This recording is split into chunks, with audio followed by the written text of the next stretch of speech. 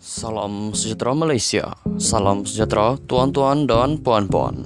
Hari ini rakyat Malaysia bakal digemparkan dengan berita panas, berita tergempar dan berita mengejutkan seluruh Malaysia.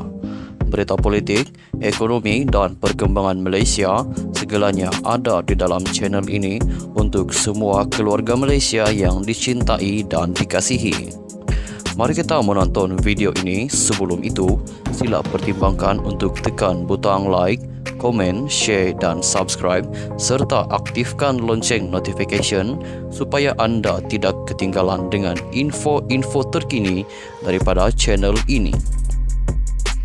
Berita kita akan bermula dalam kiraan 1, 2, 3. Berita bermula sekarang.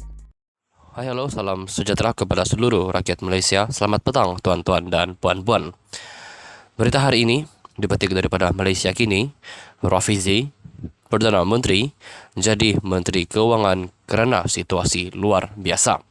Sebelum kita memulakan berita penuh, di sini admin ingin meminta pertolongan daripada anda semua, khususnya yang sedang melihat video ini, untuk tekan pada butang subscribe. Terima kasih. Menteri Hal Ehwal Ekonomi yang baru dilantik, Rafizi Ramli, berkata keputusan Perdana Menteri Anwar Ibrahim mengambil portfolio keuangan sesuai diambil memandangkan situasi luar biasa politik ketika ini. Rafizi dalam sidang media pertamanya selepas dilantik menjadi menteri pagi ini berkata langkah itu adalah untuk tidak menimbulkan rasa tidak puas hati mana-mana parti komponen dalam kerajaan perpaduan. Kata timbalan Presiden PKR itu, sekiranya portfolio keuangan diberikan kepada salah seorang pemimpin dalam parti lain, ia boleh menimbulkan ancaman kepada mereka dan menimbulkan masalah dalam pentadbiran semasa.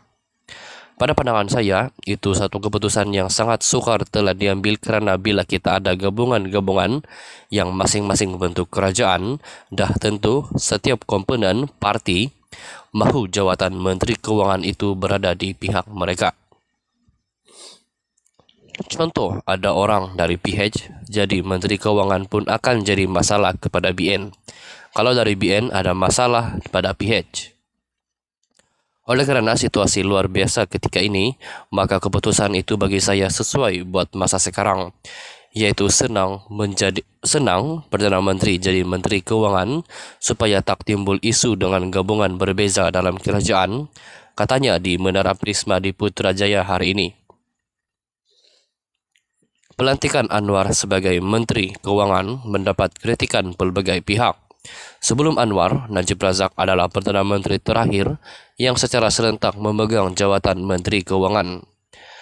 Pendahulu Najib, Abdullah Ahmad Badawi dan Dr. Mahathir Mohamad juga memegang kedua-dua jawatan semasa pentadbiran mereka. Rafizi sendiri berulang kali mengkritik Perdana Menteri yang memegang jawatan Menteri Keuangan. Rafizi hari ini berkata pendiriannya tidak berubah, namun mengulangi bahawa situasi luar biasa membolehkan perkara itu berlaku kerana tiada satu gabungan atau parti yang memperoleh majoriti mudah untuk membentuk kerajaan.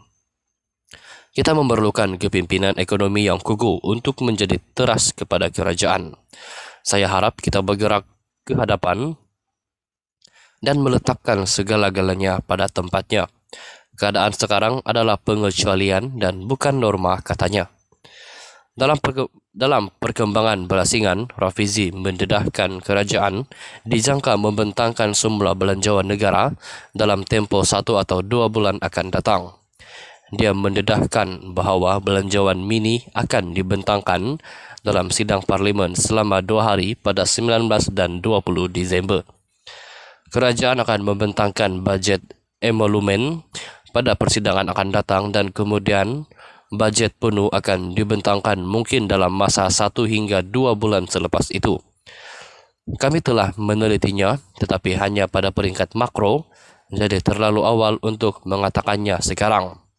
Tetapi kami akan meneliti proses itu kerana kerajaan akan memberi bajet emolumen pada persidangan akan datang manakala bajet penuh akan dibentangkan dalam masa 1 atau 2 bulan, katanya.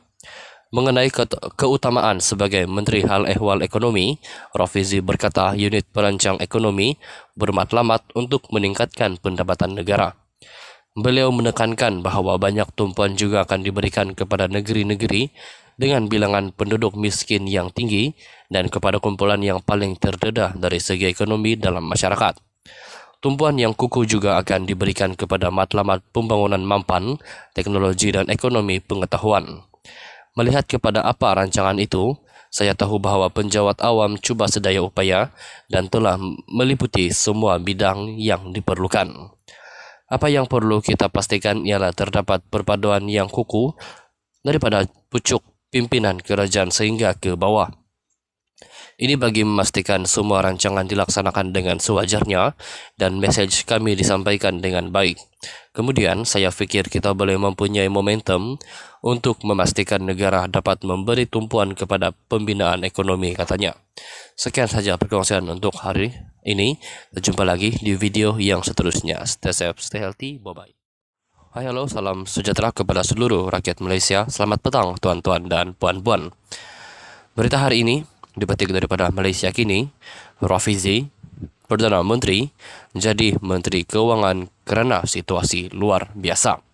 Sebelum kita memulakan berita penuh, di sini admin ingin meminta pertolongan daripada anda semua, khususnya yang sedang melihat video ini, untuk tekan pada butang subscribe. Terima kasih.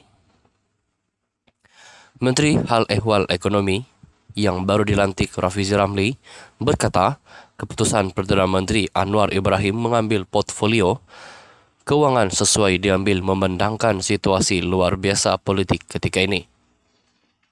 Rafizi dalam sidang media pertamanya selepas dilantik menjadi menteri pagi ini berkata langkah itu adalah untuk tidak menimbulkan rasa tidak puas hati mana-mana parti komponen dalam kerajaan perpaduan. Kata timbalan Presiden PKR itu, sekiranya portfolio keuangan diberikan kepada salah seorang pemimpin dalam parti lain, ia boleh menimbulkan ancaman kepada mereka dan menimbulkan masalah dalam pentadbiran semasa. Pada pandangan saya, itu satu keputusan yang sangat sukar telah diambil kerana bila kita ada gabungan-gabungan yang masing-masing bentuk kerajaan, dah tentu setiap komponen parti mahu jawatan Menteri Keuangan itu berada di pihak mereka. Contoh, ada orang dari PH jadi Menteri Keuangan pun akan jadi masalah kepada BN. Kalau dari BN ada masalah pada PH. Oleh kerana situasi luar biasa ketika ini, maka keputusan itu bagi saya sesuai buat masa sekarang, iaitu senang Perdana Menteri jadi Menteri Keuangan supaya tak timbul isu dengan gabungan berbeza dalam kerajaan, katanya di Menara Prisma di Putrajaya hari ini. Pelantikan Anwar sebagai Menteri Keuangan mendapat kritikan pelbagai pihak. Sebelum Anwar, Najib Razak adalah Perdana Menteri terakhir yang secara serentak memegang jawatan Menteri Keuangan. Pendahulu Najib, Abdullah Ahmad Badawi dan Dr. Mahathir Mohamad juga memegang kedua-dua jawatan semasa pentadbiran mereka. Rafizi sendiri berulang kali mengkritik Perdana Menteri yang memegang jawatan Menteri Keuangan. Rafizi hari ini berkata pendiriannya tidak berubah, namun mengulangi bahawa situasi luar biasa membolehkan perkara itu berlaku kerana tiada satu gabungan atau parti yang memperoleh majoriti mudah untuk membentuk kerajaan. Kita memerlukan kepimpinan ekonomi yang kukuh untuk menjadi teras kepada kerajaan. Saya harap kita bergerak ke hadapan dan meletakkan segala-galanya pada tempatnya. Keadaan sekarang adalah pengecualian dan bukan norma, katanya. Dalam perkembangan belasingan, Rafizi mendedahkan kerajaan dijangka membentangkan semula belanjawan negara dalam tempoh 1 atau 2 bulan akan datang. Dia mendedahkan bahawa belanjawan mini akan dibentangkan dalam sidang parlimen selama 2 hari pada 19 dan 20 Disember.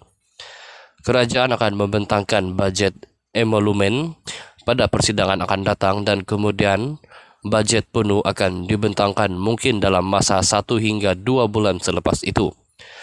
Kami telah menelitinya, tetapi hanya pada peringkat makro jadi terlalu awal untuk mengatakannya sekarang. Tetapi kami akan meneliti proses itu karena kerajaan akan memberi budget emolumen pada persidangan akan datang, manakala budget penuh akan dibentangkan dalam masa 1 atau 2 bulan katanya. Mengenai keutamaan sebagai Menteri Hal Ehwal Ekonomi, Rafizi berkata unit perancang ekonomi bermatlamat untuk meningkatkan pendapatan negara. Beliau menekankan bahawa banyak tumpuan juga akan diberikan kepada negeri-negeri dengan bilangan penduduk miskin yang tinggi dan kepada kumpulan yang paling terdedah dari segi ekonomi dalam masyarakat. Tumpuan yang kukuh juga akan diberikan kepada matlamat pembangunan mampan, teknologi dan ekonomi pengetahuan.